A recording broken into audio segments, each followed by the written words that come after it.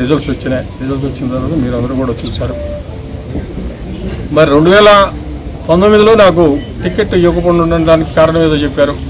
మరి 2024లో ఇవ్వకుండా ఉండడానికి కారణం ఏందో కూడా నాకు కూడా తెలీదు.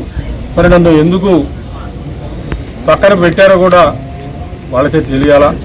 మరి నా తీసుకొచ్చి పోటీ చేయించినట్టు ముందుగా ఇచ్చినటువంటి ఆయనకి కానీ తర్వాత రెండోసారి తీసుకొచ్చినటువంటి గుంటూరు నుంచి తీసుకొచ్చినటువంటి కౌన్సిలర్ కానీ మరి వాళ్ళకి ఇక్కడ ఏముందో మరి నాకంటే ఏ రకంగా వాళ్ళు బెటర్ క్యాండిడేట్లో ఎందుకు నిర్ణయించుకున్నారో కూడా మరి నాకైతే ఎప్పుడు కూడా వాళ్ళు చెప్పెరగలేదు. మరి ప్రజలు వాళ్ళ తీర్పును వాళ్ళు ఇచ్చారు. సరికి ఇది అయిపోయిన తర్వాత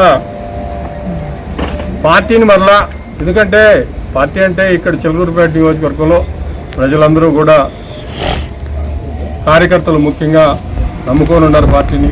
వాళ్ళందరికీ అండగా ఉండాలా. ఈసారి మరలా పనిచేసి మరి వీళ్ళందరికీ కూడా అండగా ఉండి మరలా తిరిగి విజయం సాధించాలనేటువంటి ఉద్దేశంతో ఆ రోజు నేను ఉండటం జరిగింది. మరలా 53,000 ఓట్లు మెజారిటీతోటి ఓడిపోయినటువంటి వాళ్ళని తీసుకొచ్చి ఇక్కడ మరలా ఇన్ఛార్జిగా ఇవ్వటం జరిగింది. మరి ఇక్కడి నుంచి చిలకలూరిపేట నుంచి ఎందుకు తీసుకెళ్ళి గుంటూరులో పెట్టారో తెలియదు. చిలకలూరిపేటలో గెలిచేటట్టుగా ఉంటే మరి మార్చింది ఎందుకో, మరలా 53,000 ఓడిపోయినటువంటి వాళ్ళని తీసుకువచ్చి ఇక్కడ పెట్టడానికి కారణం ఏందో ఏ రకంగా చూసినా కూడా పేట ప్రజలకు మాత్రం అర్థమయ్యేటువంటి పరిస్థితి లేదు. దీని అంతటికీ కూడా చూస్తూ ఉంటే వాళ్ళు ఎట్టి పరిస్థితుల్లో కూడా రాజశేఖర్ అనేటువంటి వాడికి ఇక్కడ ఇన్ఛార్జిగా అవకాశం వైఎస్సీపీలో కలగజేయడానికి వీల్లేదనే అభిప్రాయం మాత్రం స్పష్టమైంది. ఈ ఇన్ఛార్జిగా ఈ 53,000 ఓడిపోయినటువంటి వాళ్ళని ప్రకటించడానికి ముందు నన్ను తాడేపల్లిలో మరి జగన్మోహన్ రెడ్డి గారు ఇంకా నాతో పాటు ఇంకా చాలా పెద్దలు కూడా ఉన్నారు. వీళ్ళందరి సమక్షంలోనే నువ్వే ఇన్ఛార్జిగా ఉండు, నీకే ఇస్తున్నామని చెప్పి కూడా ఆయన చెప్పడం జరిగింది. చెప్పిన తర్వాత మరి మంచిది చూడమన్నారు. మంచిదేముంది, ఇంకా 4 రోజుల్లో దసరా ఉంది కదా, దసరా ప్రకటించండి అని చెప్పి పక్కన ఉన్నటువంటి పెద్దలు అన్నారు. దసరా వచ్చింది, దసరా రోజు ప్రకటన రాలేదు. ప్రకటన రాకపోగా ఆమెకి మరలా కూడా జిల్లా నియోజకవర్గ ఇన్ఛార్జి బాధ్యతలను అప్పచెబుతున్నామని చెప్పి మాత్రం చెప్పడం జరిగింది. ఈ పరిస్థితుల్లో మేము చిలకలూరిపేట నియోజకవర్గంలో ఏ రకంగా పనిచేసి చిలకలూరిపేట నియోజకవర్గంలో పార్టీని ఏ రకంగా బలోపేతం చేసి ఏ రకంగా దాన్ని నిర్మాణం చేసి కాపాడుకుంటూ వచ్చి ఈ రకంగా మేము పార్టీకి అహర్నిశలు కష్టపడి పనిచేసి చేస్తే ఈ రకమైనటువంటి పరిస్థితి తీసుకురావడం జరిగింది. మరి పార్టీలో నుంచి మరి పదవి ఇచ్చిన తర్వాత మరి ఎందుకు వెళ్తున్నాం అనేటువంటి వాతావరణం కూడా కొంతమంది పెద్దలు లేవదీయడానికి అవకాశం ఉంటుంది. పదవి ఇచ్చారా లేదా అనేది కాదు, పదవి ఇస్తే నేను రాజీనామా చేశాను అది కాదు. ఇక్కడ చిలకలూరిపేట నియోజకవర్గంలో మేము మొట్టమొదటి నుంచి పనిచేస్తూ ఉన్నాం, ప్రజలకు పనిచేసాం. 40 సంవత్సరాల నుంచి నేను కానీ మా మామయ్య కానీ ప్రజల్లో ఉన్నాం. ఏ నియోజకవర్గంలో ఏ గ్రామానికి పోయినా పట్టణంలో ఎక్కడికి పోయినా మా కుటుంబం నేను కానీ ఆయన కానీ చేసినటువంటి పనులు చాలా స్పష్టంగా కనపడతాయి. ప్రతి ఒక్కళ్ళు కూడా గౌరవభావం ఉందో తప్ప వీళ్ళు పనిచేయలేదు, ప్రజల్లో లేరు అనేటువంటి వాతావరణం ఎక్కడా కూడా లేదు. ఈరోజు చిలకలూరిపేట నియోజకవర్గంలో మరి వైఎస్ఆర్ కాంగ్రెస్ పార్టీలో నుంచి మేము బయటికి రావడానికి కారణం మాత్రం జగన్మోహన్ రెడ్డి గారు. ఆయన యొక్క నిర్ణయాల వల్ల, ఆయన యొక్క చూసినటువంటి విధానం వల్ల, ఆయన మమ్మల్ని పార్టీలో ట్రీట్ చేసినటువంటి విధానం వల్ల మాత్రమే వచ్చినాం తప్ప మరొకటి మాత్రం కాదు. మరి ఈ రకమైన పరిస్థితి తీసుకురావడానికి ఆయనే కారణం. మేము కాంగ్రెస్ పార్టీలో అధికారంలో ఉన్నటువంటి దాంట్లో 4 సంవత్సరాలు అధికారంలో ఉన్నదాన్ని అది నిలబెట్టిపోయాం. 4 సంవత్సరాలు నేను అధికారంలో ఉన్నట్టుగా ఆ రోజు మా కార్యకర్తలందరూ కూడా మరి ప్రజలందరూ కూడా చిలకలూరిపేట నియోజకవర్గంలో పనులు చేసుకునేవాళ్ళు, వాళ్ళు కూడా హ్యాపీగా ఉండేవాళ్ళు. 4 సంవత్సరాల అధికారాన్ని వదిలిపెట్టుకొని పోతే 2019 నుంచి 24 దాకా వైఎస్ఆర్ కాంగ్రెస్ పార్టీ అధికారంలో ఉంటే ఇక్కడ ఉన్నటువంటి వైఎస్ఆర్ కాంగ్రెస్ పార్టీ కార్యకర్తలకి నాతో పాటు వచ్చినటువంటి వాళ్ళకి ఏమీ న్యాయం జరిగింది? వాళ్ళు ఏమి చేశారు? ఏమీ వాళ్ళకి న్యాయం జరగకపోగా తిరిగి కేసులు పెట్టారు. కార్యకర్తలు ఎంతోమంది కేసులు ఎదుర్కోవడం జరిగింది. చాలా దారుణమైనటువంటి విషయం. పార్టీ కోసం పనిచేయటం ఏంది, పార్టీ అధికారంలోకి రావాలని ప్రతి ఒక్క కార్యకర్త పనిచేయటం ఏంది, పనిచేసిన తర్వాత మరలా ఈ రకమైన పరిస్థితి ఉంటుంది. మరి ఇన్ని చేస్తే మరి నువ్వు ఇప్పుడు దాకా ఉండాల్సినటువంటి అవసరం ఏంటి అనే ఒక ప్రశ్న రావచ్చు. ఏదో రకంగా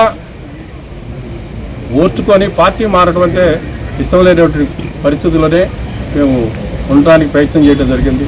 ఎన్ని రకాలుగా ప్రయత్నం చేసినా మరి 2019లో ఎన్నికల ముందు ప్రామిస్ చేశాడు. ఎన్నికలు అయిపోయిన తర్వాత ప్రతిసారి ఎమ్మెల్సీ ఎలక్షన్లు వచ్చినప్పుడల్లా నీకేనని చెప్పి చెప్పడం జరుగుతూ ఉంది.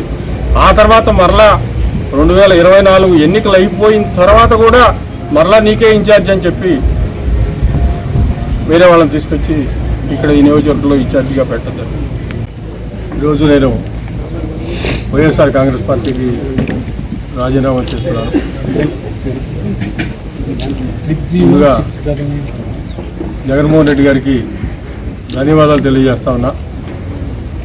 శాసనమండలి సభ్యత్వం ఇచ్చినందుకు ఆయనకి ధన్యవాదాలు. 2011 సంవత్సరంలో అప్పుడు కాంగ్రెస్ పార్టీ అధికారంలో ఉంది. నేను చిలకలూరుపేట నియోజకవర్గంలో కాంగ్రెస్ పార్టీ తరఫున ఇన్ఛార్జిగా ఉండటం జరిగింది. 2011 సంవత్సరంలో మరి ఆ పార్టీని వదిలివేసి జగన్మోహన్ రెడ్డి గారు స్థాపించినటువంటి వైఎస్ఆర్ కాంగ్రెస్ పార్టీలో చేరటం జరిగింది. ఆనాడు నాతో పాటు మరియు అంతకు పూర్వం కాంగ్రెస్ పార్టీలో మా మామయ్య సోమపల్లి సాంబయ్య గారు ఉన్నప్పటి నుంచి కూడా మా కుటుంబంతో ఉన్నటువంటి వాళ్ళు అందరూ కూడా వైఎస్ఆర్ కాంగ్రెస్ పార్టీలో ఆ రోజు చేరటం జరిగింది. మరి అధికారం 2009 నుంచి 2014 దాకా కాంగ్రెస్ పార్టీదే. కాంగ్రెస్ పార్టీని వదిలి వెళ్ళడానికి ఆ రోజు ఎవరు కూడా నేను చెప్పిన మాట అందరూ కూడా విన్నారు. అందరం కలిసి ఆ రోజు ఆ పార్టీలోకి వెళ్ళాం. పార్టీలోకి వెళ్ళి మరి 2014 సంవత్సరంలో పోటీ చేయటం, ఆ తర్వాత మరలా 2019లో ఎన్నికల్లో ఎట్టి పరిస్థితుల్లో మనం విజయం సాధించాలా, జగన్మోహన్ రెడ్డి గారు ముఖ్యమంత్రి కావాలా, ఇక్కడి నుంచి మనం శాసనసభ్యుడిగా ఎన్నిక కావాలని చెప్పి నాతో పాటు ప్రతి ఒక్క కార్యకర్త కూడా చాలా కష్టపడ్డారు. పార్టీని బాగా బలోపేతం చేసుకోవడం జరిగింది. మరి ఆ తర్వాత జరిగినటువంటి పరిణామాలన్నీ కూడా 2019 వచ్చేసరికి అవన్నీ కూడా మీకు తెలుసు. అయినప్పటికీ మరి నాయకుడు చెప్పినటువంటి మాట వినాలా, మరి ఆయన మనకి శాసనమండలి సభ్యత్వం ఇచ్చి అట్లాగే మంత్రి పదవి కూడా ఇస్తానని చెప్పి చెప్పడం జరిగింది. మరి ఆ రోజు ఉన్నటువంటి పరిస్థితి అయితే నేను 2011 నుంచి దాదాపుగా ఈ వీడియో నచ్చితే లైక్ చేయండి. అలాగే మా ఛానల్ ని ఫస్ట్ టైం కనుక చూస్తున్నట్టయితే ఇప్పుడే సబ్స్క్రైబ్ చేసుకుని పక్కనే ఉన్న గంట సింబల్ ని యాక్టివేట్ చేసుకోండి. అప్పుడే మేము పెట్టే ప్రతి వీడియో మీకు నోటిఫికేషన్ గా వస్తుంది. అలాగే ఈ వీడియో పూర్తిగా చూసినందుకు ధన్యవాదాలు.